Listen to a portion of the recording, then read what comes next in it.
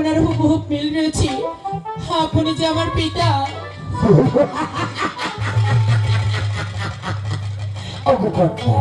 তুমি যতই সনা করো কেন, এমন কোন বীর পুরুষ নেই এই দেবে দেব হাতের হাত থেকে রক্ষা করবে।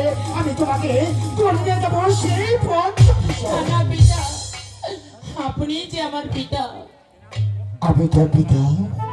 ওগো কন্যা, আমি তোর পিতা, তাহলে তোর জন্মের পরিচয় বলতে পারবি? অবশ্যই পারবো পিতা দেবতা। বল তোর জন্মের পরিচয়টা বল। আপনি ভালো করে মনে করে দেখেন, আজ থেকে 12 বছর আগে আপনি গেছিলেন সেই কৈলাসনগর ধর্ম প্রচার করতে।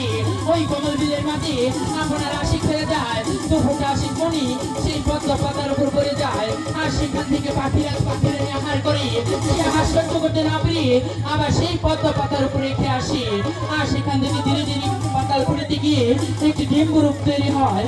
আর সেই ডিম্বরূপটি আমার বাসিনী মাপে আজ আমাকে 12টি বৎসর লালিত পালিত করে এই বনমাঝে রেখে গেছে পিতা। মনে পড়েছি, আমার যে ছবি মনে পড়েছি। আমি গিয়েছিলাম কৈলাসনগর ধর্ম প্রচার করতে। সেখানে যাওয়ার পথে এক ফোঁটা আশেক করে পড়ে যায় সেই পত্তার পাতার উপরে। সেখান থেকে একটি ডিম্বকার হয়ে ওই বাসন্তীর ঘরে একটি মানব জন্ম হয়েছে। তাহলে আমি যে তোর সাথে যে অপরাধ করেছি, গেলে ক্ষমা করি না দি, স্বয়ং ভগবান আমাকে ক্ষমা করবে না।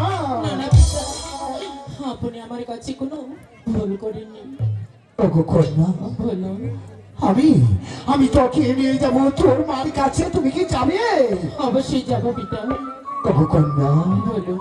এবার তোমার রাখি বন্ধন করে আমার পুষ্পটা সরাও। আর বিলম্ব নয়, এই মুহূর্তে চলে যাবো সেই পঞ্চপুর শহরে। ঠিক আছে।